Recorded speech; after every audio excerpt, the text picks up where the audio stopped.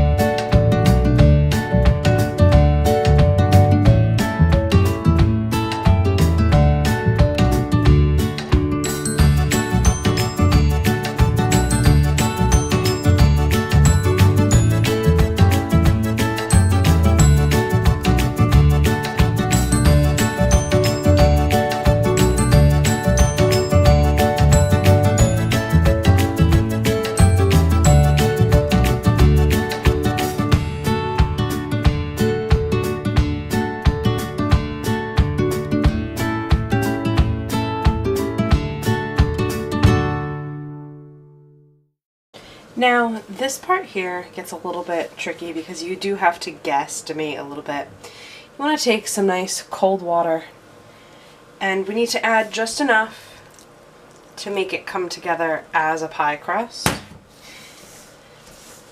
So it will all depend on your elevation, the moisture in the air where you are that day. All of that is going to play a factor into your pie crust. But we've all had pie before. You all know, for the most part, you know what you can roll out with a pie crust, either machine or with a rolling pin. And you'll know that this is obviously too dry. It's still falling apart. It is a very dry day here where I am, so I may need to add just a little bit extra water just to make it come together.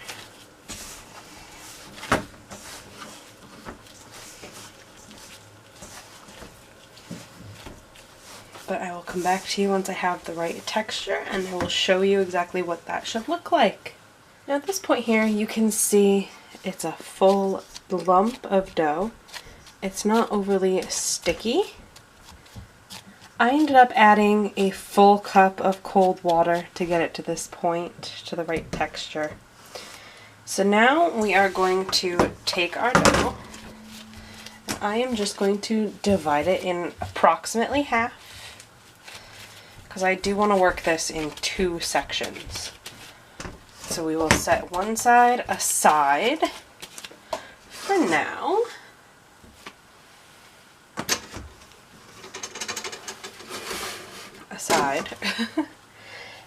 And we want to pull out our bench flour here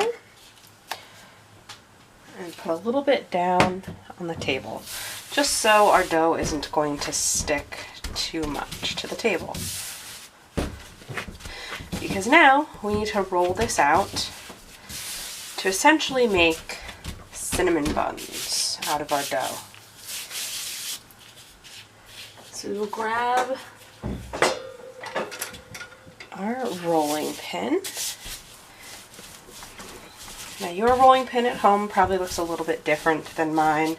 It doesn't really matter what kind of rolling pin you use, as long as it works and you keep moving your dough a little bit just so that it's not going to get stuck to the surface you're working on, because that would be incredibly unfortunate.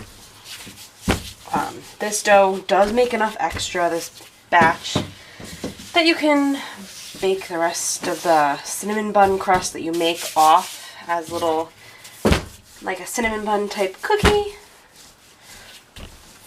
Or if you screw up, there's enough that you should be able to make a full nother pie out of it if you roll it just a little bit extra thin. Alright, we have our dough completely rolled out, so I'm going to take a spray bottle of water here just to moisten the crust. The recipe does not call for you to do that, but I think that the cinnamon and sugar will stick a little bit better if it is a little bit moist. So here I've mixed together 2 tablespoons of sugar and 2 tablespoons of cinnamon. I did cut it with the sugar only because I am not a huge fan of cinnamon, so I don't want it to be too cinnamon-y. So you want to put just a little bit on, you don't want to make it too thick, and just spread it out. You want to make sure you have a nice layer. It should just sink right into the water and apply to the dough nice and evenly.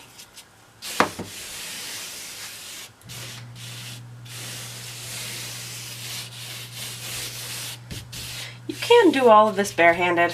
I don't like getting my hands too dirty, which is why I wear gloves for literally everything here that you will see. So now I just want to roll it up like you're making cinnamon buns.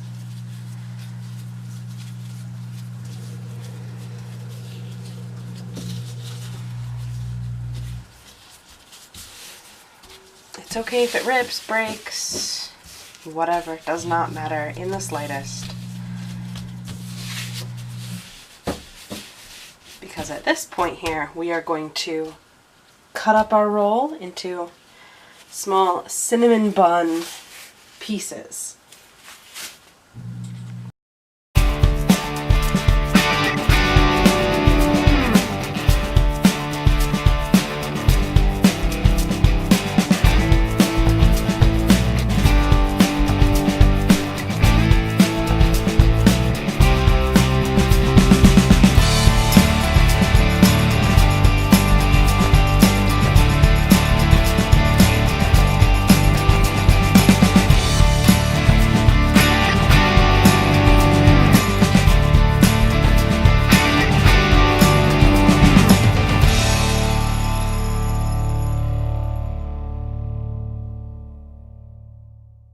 Alright, now I do have a piece of parchment paper here, so I am going to actually roll these out as per the recipe between pieces of either wax paper, or you can use parchment paper. It does not really matter.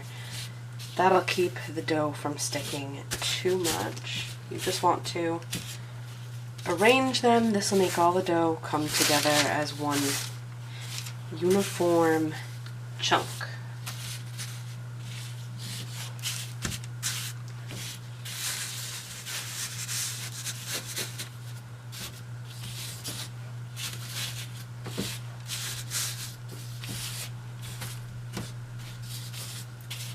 I would rather it too big than too small, because you can always cut off the excess off of the outside once you lay it into your pie crust.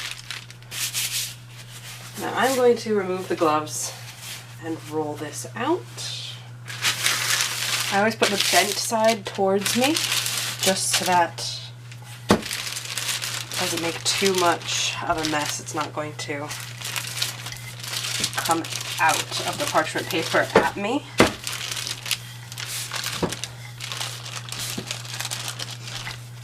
Again, you don't need to roll it out too thin, but you also don't want it super thick, otherwise it will take forever to bake. And while it may not come out as nice, perfect circle cinnamon buns like the image on Facebook showed, that's okay. You have to remember they're doing it in a commercial kitchen, in a commercial setting, so they're not the at-home baker. So ideally, you will see just some cinnamon buns on your dough here. You can peel back the parchment paper. You can see it looks very nice. So now that we have one, we need to put that into our pan and cut off our excess. Now I'm using a deep dish pie plate. You can use whatever kind of pie plate you want, but I need to just add a little bit of flour to mine and roll it out just a tiny bit more because my plate is a little bit bigger than what the average person might be using. Oh goodness. Okay.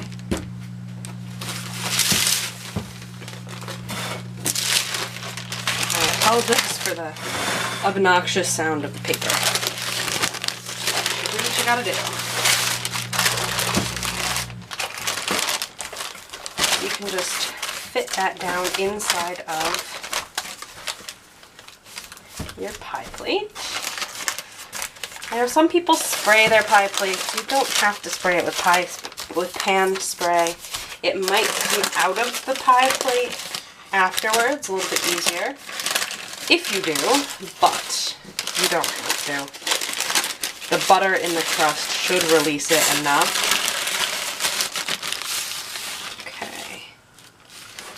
Now if you have any holes or anything down inside, you can just push the dough together, patch up the holes. It's not a big deal.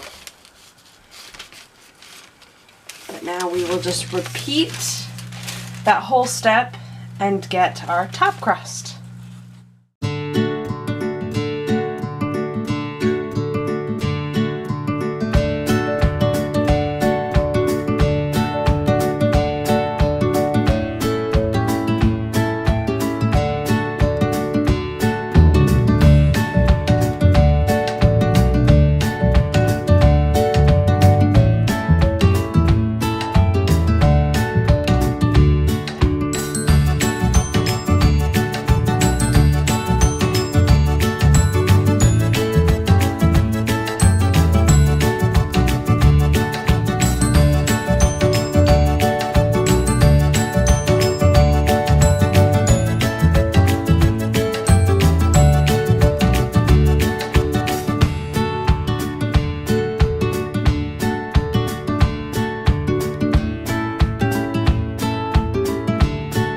Now our next step, we have our apples, which I have pre-washed.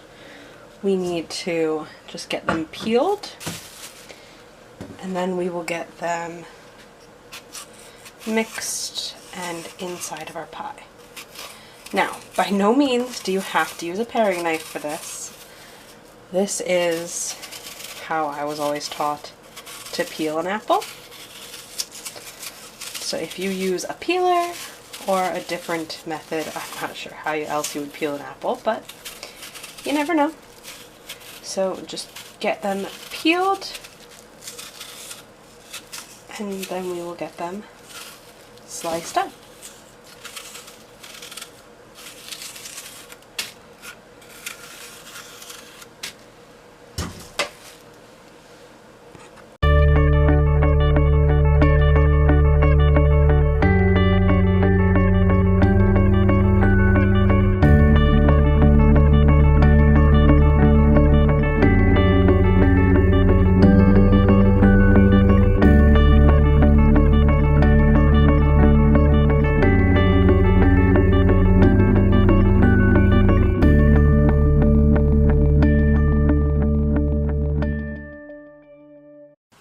Now, as I said before, I am not a huge fan of cinnamon.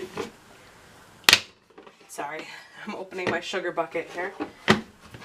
So, in my apple pie, I don't usually use cinnamon on the inside. So to start with, we want to add about a half a cup of regular sugar. And we want to add to that a little bit of all-purpose flour. The more juice appears to be in your apples, the more flour you'll want to add. I generally stick with about a quarter of a cup of flour. You don't want too much because you don't want it to take on the flavor of the flour, because honestly the flavor of flour, not that great. So we add about a quarter cup of flour. And then you can measure your cinnamon, your nutmeg, whatever it is that you put in. Generally, it's about a tablespoon or so, maybe a teaspoon and a half. Really depends how much you like the flavor. I will sprinkle a generous amount just over the entire thing.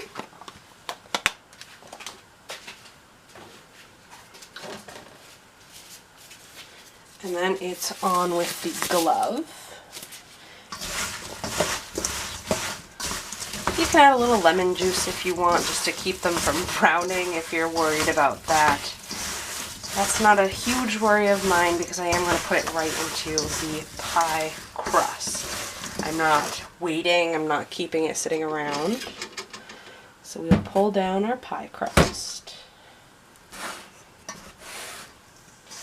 And we just want to layer those apples. And there will probably be excess sugar and flour in the bottom of the bowl. So you want to make sure that you add that in here as well.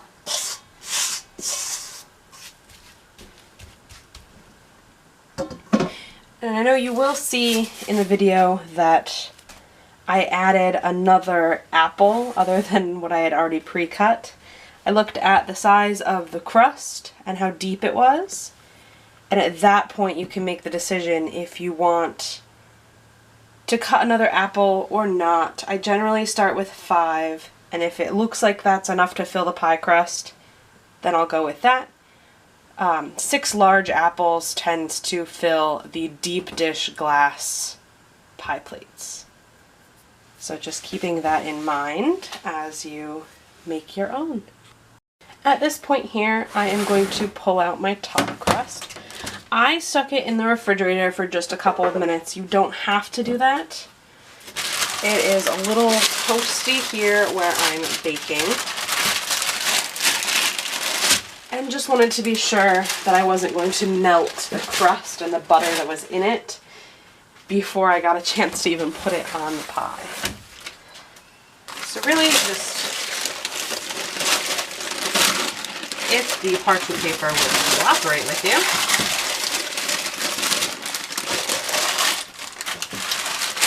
maybe not. Just place that right over the top of your pie.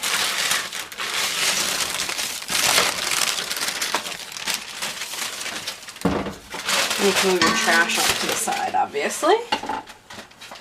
I'm gonna hope that I don't put that on my camera.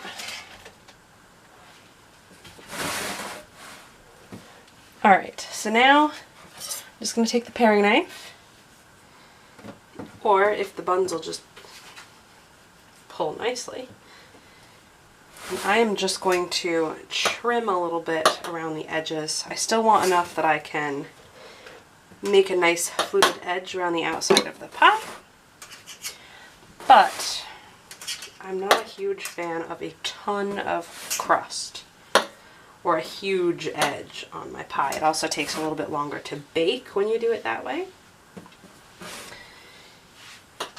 Now, I did forget to let you know, I did have someone else preheat my oven for me because it is upstairs from where I am. I had her preheat it to 425 degrees, and we will stick the pie in there for about 15 minutes just to brown up the edge a little bit.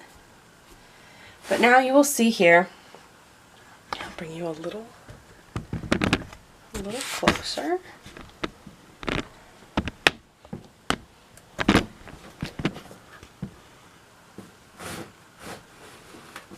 Just picking up and putting it underneath the other crust and pinching. You want to constantly turn the pie, pick up, tuck, and pinch.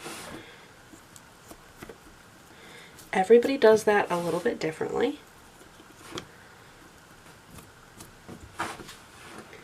This is how my grandma taught me how to make pie crust edges. Some people use a fork, some people just pinch it down, some people just cut it off. But this is the way I was taught when I made my first pie that I entered in one of the state fairs when I was a kid. So just keep going around. If you have a spot that it's a little thick, you can always cut off a little bit extra if you need to.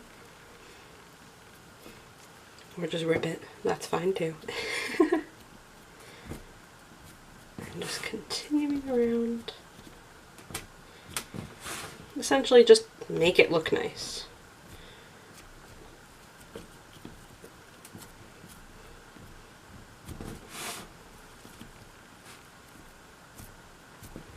Now this is probably a terrible angle that you're watching this at. I cannot see the screen of the camera to double check and make sure it's good for you. But there we have the pie with the crust fluted on it. We'll back you up and we will get it finished and we can get it in the oven. Alright, you'll see I am in a completely different kitchen. The oven is just upstairs. So now what I like to do is put a little bit of milk just on the outside of the pie. Just brush it on. Some people will use an egg wash, some will just throw a little bit of water on it, some won't do anything. I find it makes it just nice and shiny. It helps it brown a little more evenly. It just makes it look nice. By no means is this a step that you have to do. But again, I'm a fan. Now something else that I also like to do, you don't have to by any means, I sprinkle just a little bit of sugar on the outside of the pie. I do have quite the sweet tooth and I think it just adds a little something to the pie. It'll crisp up nice. Now, we need to cut vents in the top of the pie.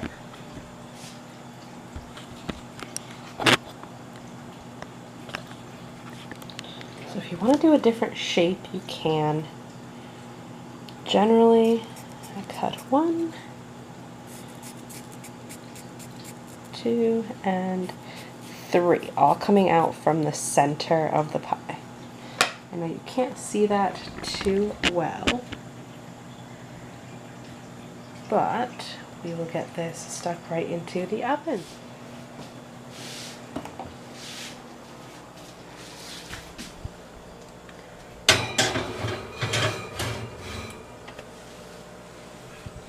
Now you'll see I did put a tray underneath it in the oven just because if it runs over at all, I don't want to be responsible for that and cleaning the oven. So I've set a timer now for 15 minutes.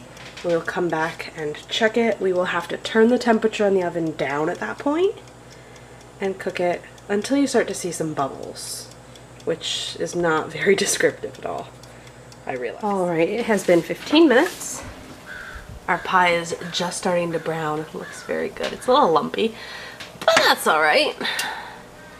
So we are going to turn the oven temperature down to 375 degrees and set another timer, and I will come back in probably 20 minutes just to check and make sure that it's still baking. Obviously it'll still be baking, but just to make sure that it's not done. Alright, it is time for us to check our pie. I did set the timer for an additional 35 minutes after the original timer went off. So you can see we are just starting to get a little juice bubbling up through the crust. So that is generally the time that I will pull it out of the oven. And we want to put it right onto a cooling rack. I will leave this bottom tray in the oven just to cool, so I don't have to worry about it. There we have our beautiful cinnamon swirl crust apple pie. It looks really good.